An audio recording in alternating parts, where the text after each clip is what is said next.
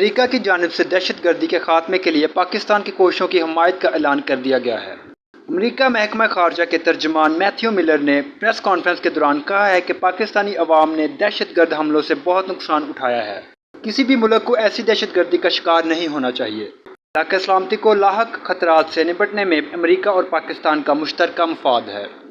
Matthew Miller نے مزید کہا کہ سوات میں ہجوم کے ہاتھوں ہلاکت کے واقعے پر تشویش ہے۔